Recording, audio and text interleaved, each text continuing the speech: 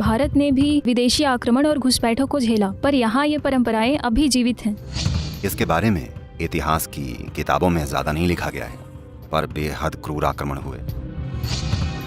तो उनमें से एक ने वाकई अपने लोगों से ये बात कही थी और पूछा, हम लोग कैसे जीने के इस हिंदू तरीके को जलाकर राख करें। फिर भी ये खत्म नहीं हुआ। अगर आप भगवान को भी मार दें तो भी ये लोग हार नहीं मानते। नमस्कारम सदगुरु। अगर आप पूरी दुनिया को देखें, सभी देश। अच्छा, आपने पूरी दुनिया देख ली है? मेरा मतलब इतिहास में। अच्छा। अगर हम दुनिया का इतिहास देखें तो सभी देशों की खुद की परंपराएं रही हैं, जैसे मिस्र, अमेरिका, ईरान, सभी की अपनी अपनी परंपराएं रही। पर विदेशी आक्रमण के बाद वो सब पूरी तरह से खत्म हो गया। भारत ने भी विदेशी आक्रमण और घुसपैठों को झेला, पर यहाँ ये परंपराएं अब भी जीवित हैं। ये आज भी ज्यादा सक्रिय रूप से जीवित है। तो ये यहाँ कैसे बच पाई? मतलब वो कौन सी चीज है जिसने इस सभ्यता को जीवित रखा है? क्योंकि आप अब भी साड़ी पहन रही हैं, बस ऐसे ही ये जीवित रही है। वो कौन सी चीज है जिसने इस संस्कृति को हजारों सालों तक जीवित रखा? थैंक यू सदगुरु। देखिए, आक्रमण कहने के लिए एक सरल सा शब्द है,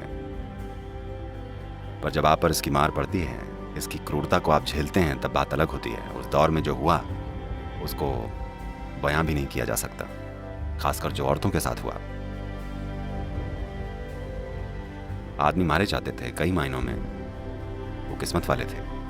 वो कभी कभी टॉर्चर किए जाते थे, वो थोड़ा बदकिस्मत था, पर आमतौर से महिलाओं को जीवित रहना पड़ता था और अक्सर उन पर उम्र भर टॉर्चर किया जाता था। तो आक्रमण केवल एक सरल सा शब्द नहीं है। दो तरीके होते हैं जिससे लोगों को, जायदाद को या खुद दुनिया को पाया जा सकता है। एक तो आक्रमण से और दूसरा है समावेश से। अगर आप किसी चीज को खुद में शामिल करके कुछ पाते हैं तो ये खूबसूरत हो जाता है ना। अगर आप हमला करके कुछ पाते हैं तो ये वो सबसे बदसूरत और गंदी चीज है जो आप सोच सकते हैं, चाहे ये एक आदमी की बात हो या राष्ट्रीय, सांस्कृतिक या सभ्यता के स्तर पर हो। तो वो क्या है जिसने इस संस्कृति को जीवित बचाए रखा, लगभग हजारों सालों के क्रूर आक्रमणों के बाद भी जीवित रखा? क्रूर, इसके बारे में इतिहास की किताबों में ज्यादा नहीं लिखा गया है, पर बेहद क्रूर आक्रमण हुए हैं। तो ऐसी क्या बात थी? एक बात यह थी कि जिन लोगों ने आक्रमण किए थे उन्हें अपने धर्म से बल मिला था, या उन्होंने ऐसा अपनी आर्थिक दिलचस्पी की वजह से किया था। एक बात यह थी कि यह संस्कृति और सभ्यता इतनी गहन और जटिल रही थी कि वो इसे समझ ही नहीं सके। देखिए, मैं उसका नाम भूल जाता हूं। वो आक्रमणकारी क्या था? नहीं, मैं उसका नाम सोच रहा हूं। मैं वैसे भी ये नाम याद रखने में अच्छा नहीं हूं। खैर, तो उनमें से एक ने वाकई अपने लोगों से ये बात कही थी और पूछा, हम लोग कैसे जीने के इस हिंदू तरीके को जलाकर राख करें, इस हिंदू नाम की चीज को। क्योंकि उन्हें लगा कि ये एक और धर्म है। जैसे वो किसी एक धर्म को मानते हैं, वैसे दूसरे किसी और धर्म को मानते होंगे। ऐसा इसलिए क्योंकि मैं एक धर्म से हूं तो आपको भी किसी दूसरे धर्म का होना ही चाहिए, नहीं तो कैसे? क्योंकि आप कुछ अलग चीजें करते हैं। पर यही तो वो कभी समझ नहीं पाए। तो उन्होंने इसे देखा और धार्मिक मुखिया कहाँ है, धर्म गुरु कौन है, उसे मार डालते हैं, ये थी सोच। तो उन्होंने कहा नहीं, ये सैकड़ों की संख्या में है, तो उन्होंने सबको मार दिया। पर फिर भी ये नहीं मरा, क्योंकि इसके लिए कभी कोई नेतृत्व नहीं रहा है, इसका कभी कोई व्यवस्थित ढंग नहीं रहा है। यहाँ हर व्यक्ति अपनी ही चीज खोज रहा है और सभी इसे स्वीकारते हैं। ये एक लौती व्यवस्था थी जो हमारे पास थी। आप एक पेड़ को पूजती हैं, मुझे इससे कोई दिक्कत नहीं है। वो उस पत्थर को पूजती हैं, मुझे उससे कोई दिक्कत नहीं है। मैं ना तो पेड़ की पूजा करता हूँ ना किसी पत्थर की, पर मुझे कोई दिक्कत नहीं है। मैं आकाश की पूजा करता हूँ। कोई है जो किसी की पूजा नहीं करता, अरे हमें उससे भी कोई परेशानी नहीं है।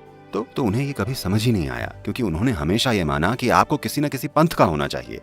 Here people did not belong to any entity. यहाँ लोग किसी पंथ से नहीं रहे, इसलिए कोई नेतृत्व नहीं रहा। आप जितने चाहे उतने लोग मार दें, पर फिर भी ये जीवित है। हर घर में इंसान के दिल में जो चीज धड़क रही है, आप उसे नहीं मार सकते, ठीक है? इसको नेतृत्व नहीं चाहिए था, ना ही कोई किताब चाहिए थी, ना ही इसको एक विचारधारा चाहिए थी, ना ही इसको एक भगवान चाहिए था। यह सबसे महत्वपूर्ण बात है। तो वो एक एक करके पूरे उत्तर भारत के मंदिरों को तोड़ते चले गए। आप दक्षिण भारत आकर देखिए, भव्य मंदिर अब भी यहाँ मौजूद हैं, क्योंकि वो इतनी नीचे तक नहीं आ पाए। तो यहाँ आप अद्भुत मंदिरों को देखेंगे, ये आपको उत्तर भारत में नहीं दिखेंगे, क्योंकि वो ज्यादातर तोड़ दिए गए थे। तो अगर आप भगवान को भी मार दें तो ये लोग हार नहीं मानते। आप मंदिर तोड़ दें तो उनके पास खुद अपने घर में छोटे से भगवान है, वो वहीं पूजा कर लेंगे। आप उनके घर तोड़ दें तो वो उन्हें अपने शरीर पर लेकर घूमेंगे और उन्हें वहीं पूज लेंगे। उनके पास आत्मलिंग है। इन लोगों के साथ आप क्या करेंगे?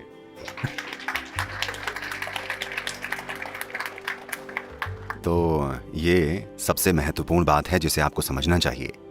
इंडिया या भारत, शायद आपको मालूम हो या शायद ना हो, ये एक व्यवस्थित अव्यवस्था है। लोग इस चीज को नहीं समझते। तो अगर आप भारत को देखें तो लगता है ये कहीं नहीं जा रहा है, क्योंकि हम लोग तीर की तरह नहीं हैं। तीर कुछ देर तक उड़ता है और फिर गिर पड़ता है। हम मधुमक्खी के झुंड जैसे हैं। हर मक्खी अलग दिशा में जाती हुई दिखती है, पर आखिरकार सब एक ही दिशा में जाती हैं। ये बहुत अच्छे से चल रहा है।